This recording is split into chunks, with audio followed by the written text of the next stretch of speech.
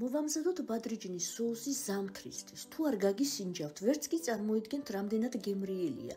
ეს პირველი ჩახუფვა უკვე გავანახევრეთ და მეორის ჩახუბვას ვაპირებ. ამ სენდვიჩის რეცეპტს ვიდეოს ბოლოში ნახავთ და უგემრიელესია აუცილებლად მოამზადეთ.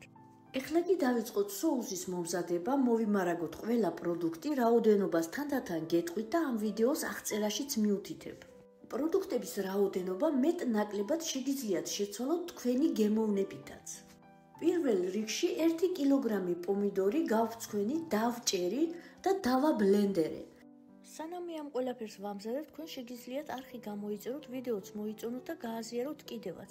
ამ ვიდეოს აღწერაში ნახავთ რეცეპტის დოზებს, ასევე გაზიარებული მაქვს ზამთრის სამზადისი სხვა ბმულებიც. გადავიტანე სქელძირიან ქვაბში და შემოვდგი მოსახარშად. ზედმეტი სითხე უნდა აორთქლდეს ხარშვაში და შესქელდეს. ფაქტიურად სახლის ტომატ პასტას ვამზადებ. აი ასეთი სისქე მივეცი, დავამატე ნახევარი ჩაის კოვზი შაქარი, რომ სიმჟავე გაანეიტრალოს, შაქარი შეგიძლიათ ხარშვაშიც დაუმატოთ. გადავიტანე ცალკე თასში, აი ამდენი გამომივიდა და დროებით გადავდგათ გვერდზე.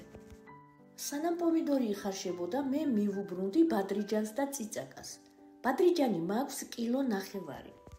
აიღეთ ნორჩი ბადრიჯანი თესლების გარეშე. შეგიძლიათ აი ასე შუაზე გადაჭრათ, ან მთლიანები დაალაგოთ. მთლიანები უფრო ნაკლებ ადგილს დაიკავებს. თუმცა თუ მთლიან ბადრიჯნებს დაალაგებთ, აუცილებლად ადგილ-ადგილ დაჩხვლიდეთ. ასე შევავსე სინი, მე მთლიანებიც დავალაგე და შევდგათ მაღალ ტემპერატურაზე გახურებულ ღუმელში, სანამ არ შეიწვება. სანამ ბადრიჯანი ღუმელში იწვება, მე მივუბრუნდი ბულგარულ წიწაკას. ბულგარული წიწაკა აუცილებლად წითელი ფერისა აიღეთ, რომ соус კარგი შეფერილობა ჰქონდეს. 2 კილოგრამ ბულგარულ წიწაკას გამოვაცალე თესლები. აქვე 3-4 მწარე წიწაკა გავასუფთავე, მწარე წიწაკა გემოვნებით დაამატეთ. ეს ყველაფერი გადავიტანე საცხობ სინზე და როგორც კი ბადრიჯანი გადმოვდგი, წიწაკები შევალაგე. მაღალ ტემპერატურაზე მზაობამდე. ბადრიჯნებს როგორც კი გადმოდგამთ ღუმელიდან, ცხელსვე კანი უნდა გააცალოთ, ადვილად ეცლება. მთლიან ბადრიჯნებს თუ შეწვალთ, შეიძლება თესლიანი ბადრიჯანი შეყვეს და აუცილებლად თესლებისგან გაანცალკევეთ. თუ ბევრი ასეთი იქნება, ბადრიჯანს წონაში დააკლდება, თანაც თესლებიან ბადრიჯანს ცოტა სიმწარეც აქვს, ამიტომ აუცილებლად ნორჩი ბადრიჯანი არჩიეთ. ბადრიჯანი დავაბლენდერე, შეგიძლიათ ხორცხებში გაატაროთ ან რამეთი დაშალოთ, თუმცა ასეთი დაბლენდერებული უფრო ერთგვაროვანი გამოდის. ამასობაში ჩვენი წიწაკაც უკვე შეიწვა და გადმოვდგი ღუმელიდან. ცხელივე გადავიტანე თასში, ზემოდან მოვაკარი ცელოფანი, რომ კარგად ჩაორთქლდეს. შეგიძლიათ ქვაბშიც ჩაალაგოთ და სახურავი დაახუროთ. სანამ წიწაკა ორთქლდება, მე მწვანილებს მოვამზადებ. მწვანილებიდან გამოვიყენე ოხრახუში, ქინძი და რეჰანი. ჩავალაგე ბლენდერში, ასევე დამამატებ 3-4 კბილ ნიორს, შეგიძლიათ თქვენი გემოვნებითაც დაამატოთ ნიორი და ყვითელი ყვავილის ფურცლებს ჩავალაგებ. ამას მე დავაბლენდერებ და დროებით გადავდგამ გვერდზე. ჩაორთქლი წიწაკას ძალიან ადვილად კანის ძვრება, რასაც ვერ ვიტყვი მწარე წიწაკაზე, მე ისინი კანიანად ჩავყარე. ასე გავასუფთავე მთელი წიწაკა და მოვათავსე ბადრიჯნიან თასში. ხელმეორედ კიდევ დავაბლენდერე ორივე. ზევიდან დავამატე დაბლენდერებული მწვანილები და ნიორი. ამ ხელის ბლენდერით კიდე ჩავაბლენდერებ, იმიტომ რომ ეს ბლენდერი უკეთესად აკუცმაცებს და მთლიანს გავაერთიანებ, უნდა მივიღო ერთნაირი მასა. დაგვრჩა დასამატებლად ეს მომზადებული პომიდორი, სუნელები, მარილი და ზეთი. მომზადებული ბადრიჯნის მასა მოვათავსე სქელძირიან ქვაბში, დავამატე ჩემი მომზადებულივე პომიდორი,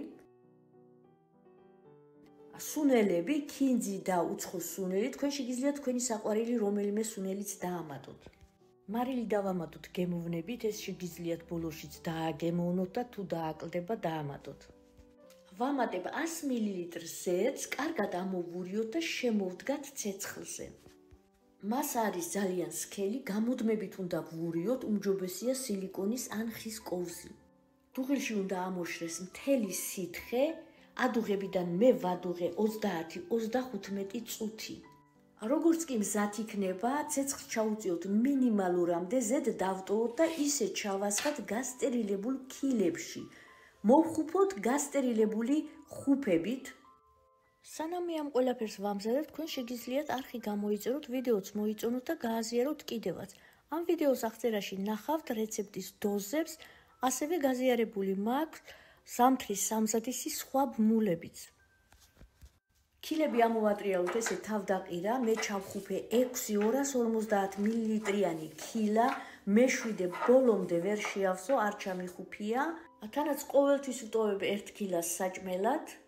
დავაფაროთ ამათ და დავტოვოთ სრულ გაციებამდე, დილამდე. დილით კი ამოვატრიალოთ და შევიტანოთ გრილ მარანში. 3-4 დღეში გემოვი რომ კარგად გაუჭდება, გავხსნათ 1 ქილა და დავაგემოვნოთ. საუკეთესო სისქის соуსი გამოგვივიდა, არომატული, ეს შეგვიძლია ესე ჩვეულებრივ ფურზე გადაუსვათ და ისე მივირთვათ. თან მოვიმზადე სენდვიჩი, რომლის რეცეპტსაც სიამოვნებით გაგიზიარებთ. გამოვიყენე მზად დაჭრილი პური, თასში მოვათავსე 2 კვერცხი, მარილი, პილპილი და გავთქვიფოთ. გათქვეფილ კვერცხში ამოვავლე 2 პურის ნაჭერი, გახურებულ ზეთიან ტაფაზე დავასხი ცოტა გათქვეფილი კვერცხი, დავალაგე ეს პურები ესე გვერდ-გვერდ, ზემოდანაც ცოტა კვერცხი მოვასხი და შევწვი ორივე მხარეს, გადმოვიტანე თეფშზე. ასევე შევწვი 2 პატარა თხლად დაჭრილი ბადრიჯანი. ჩვენი ბადრიჯნის соуსი პურის ერთ ნაჭერს წაუსვათ სქლად, მეორეს, რომელსაც გადმოვაფარებთ, წაუსვათ თხლად. სურვილით დავალაგოთ ზემოდან რაც გვინდა, მრავალფეროვანი მენიუ შეგვიძლია შევარჩიოთ, როგორც მდნარი ყველიდან, ძეხვი და ბეკონით. მე ასე მოკრძალებულად შევავსე შემწვარი ბადრიჯანი, პომიდორი, ბულგარულები დავალაგე, გადმოვაფარე მეორე პურის ნაჭერი, ზემოდან მოვათავსე ახლახან მთიდან ჩამოტანილი ცხვრის ყველი, უამისოდ როგორ იქნებოდა. და ჩვენი უგემრიელისი სენდვიჩი მზად არის. ნახეთ როგორია სიგემრიელის განსახიერება. ასე გემრიელად რო ზამთარი გაატაროთ, იმედი მაქვს თოვლიანი ზამთარი იქნება, აუცილებლად დღესვე დაიწყეთ ბადრიჯნის соуსის მომზადება. მე კი თქვენ დროებით გემშვიდობებით, მალე ისევ შევხვდებით ძალიან საინტერესო რეცეპტებით, იქამდე კი ბედნიერ დღეებს გისურვებთ.